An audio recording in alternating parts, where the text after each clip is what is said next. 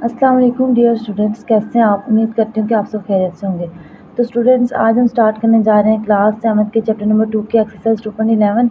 अब तक जो है ना हम वो एक्सरसाइज 2.10 तक सॉल्व कर चुके हैं, तो मैं उम्मीद करती हूँ कि आपको उन क्वेश्चन की समझ आई होगी। तो देखिए कि एक्सरसाइज 2.11 में हमारे पास क्या गिवन है। क्वेश्चन नंबर 1 में देखें, convert the following equations into the standard form. अब देखिए कि इक्वेशंस जो भी हमें गिवन होंगे उनको स्टैंडर्ड फॉर्म में चेंज करना है, लेकिन हमें क्वेश्चन तो ये है ना कि स्टैंडर्ड फॉर्म होती क्या है।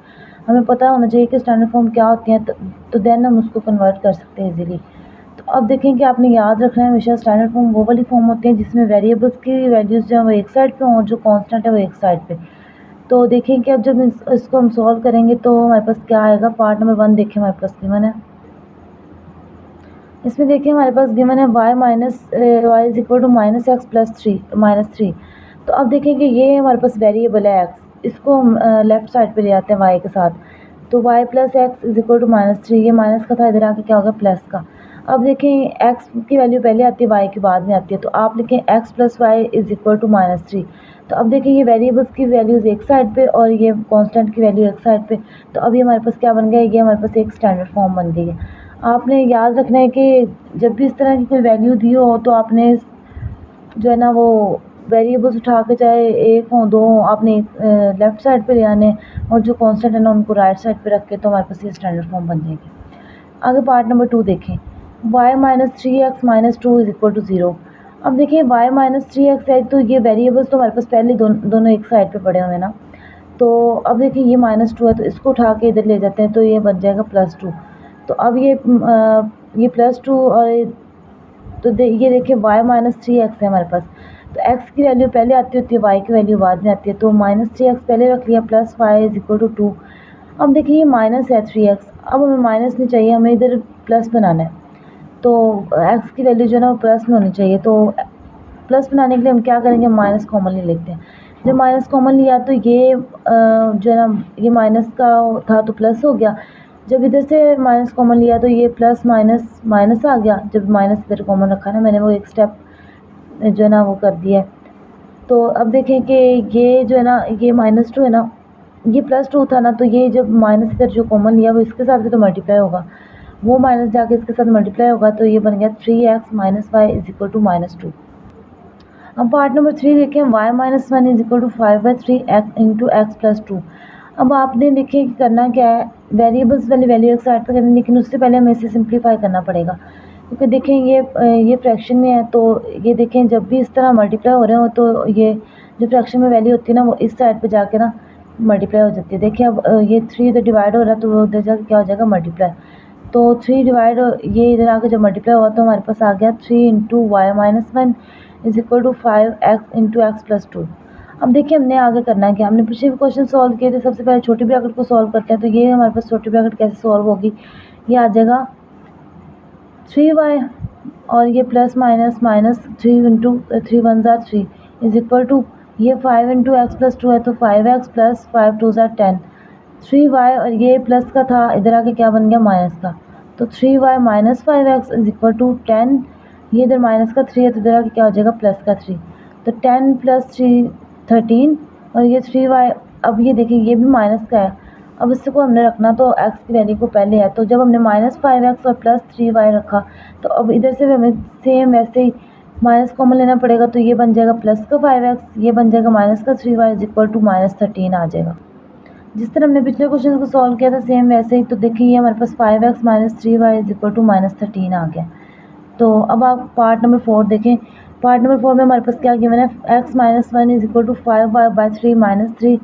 अब देखिए वो जो 5/3 था ना, वो हमारे पास जो साथ में ना मल्टीप्लाई हो रहा था, लेकिन ये देखें कि ये आपस में ये इसमें से -3 भी है ना इसके साथ।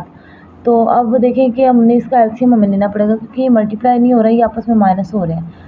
तो अब हम ऐसे करते हैं कि सबसे पहले इसका एलसीएम ले लेते हैं। तो एलसीएम में क्या आएगा, 3 3 ज़ा 9 आ जाएगा और ओवर में 3 आ जाएगा। मैंने वो डायरेक्ट स्टेप कर दिया, ये 3 इधर ला के मल्टीप्लाई करवा दिया डायरेक्ट। तो आपने ये 3 इधर ला के मल्टीप्लाई करवाना है, तो हमारे पास क्या आ जाएगा, 3x minus 3 is equal to 5y minus 9। तो अब आप ये देखें कि आपके पास जो वेरिएबल्स है ना वो राइट साइड पे है, तो उसको आप उठा के लेफ्ट साइड पे ले आए, और जो कांस्टेंट है वो आपके पास लेफ्ट साइड पे है। तो तो उसको आप उठा के राइट साइड पे ले जाएं। जैसे देखें 3x है और ये माइनस, ये इधर आके जो वेरिएबल की वैल्यू है सारी 5y है, वो इधर आके क्या आ जाएगा माइनस का, तो -5y आ गया इज इक्वल टू, अब ये -9 है और ये -3 है, तो -3 इधर आके क्या हो जाएगा +3, -9 + 3 हमारे पास क्या आ जाएगा -6। तो अब देखिए 3x - 5y is equal to -6, हमारे पास इसका कंप्लीट आंसर आ गया। अब आगे देखिए पार्ट नंबर 5। पार्ट नंबर 5 में हमारे पास क्या गिवन है, x - 1/2 is equal to y + 2/3।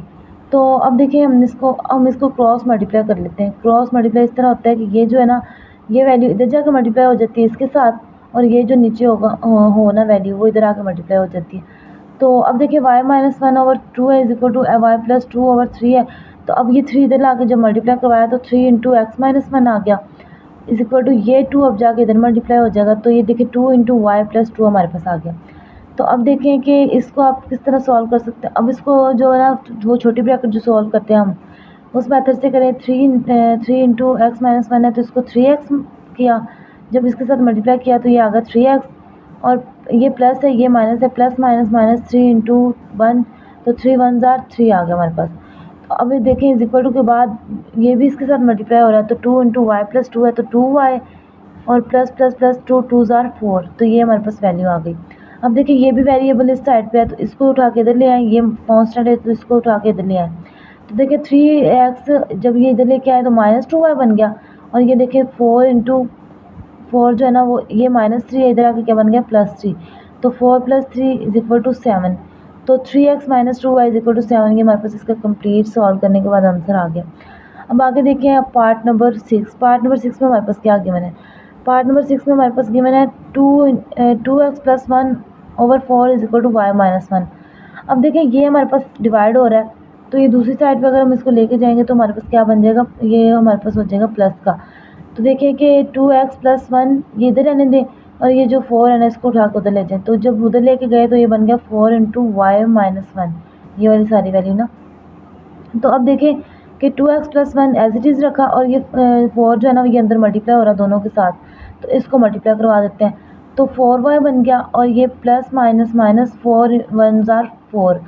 तो अब देखें ये भी कांस्टेंट की वैल्यू इस साइड पे है, तो इस वेरिएबल की वैल्यू इस साइड पे है, तो 4y जो है ना, तो इसको उठा के इधर ले आते हैं, और ये +1 है तो ये कांस्टेंट की वैल्यू इसको उठा के इज इक्वल टू के बाद ले जाते हैं।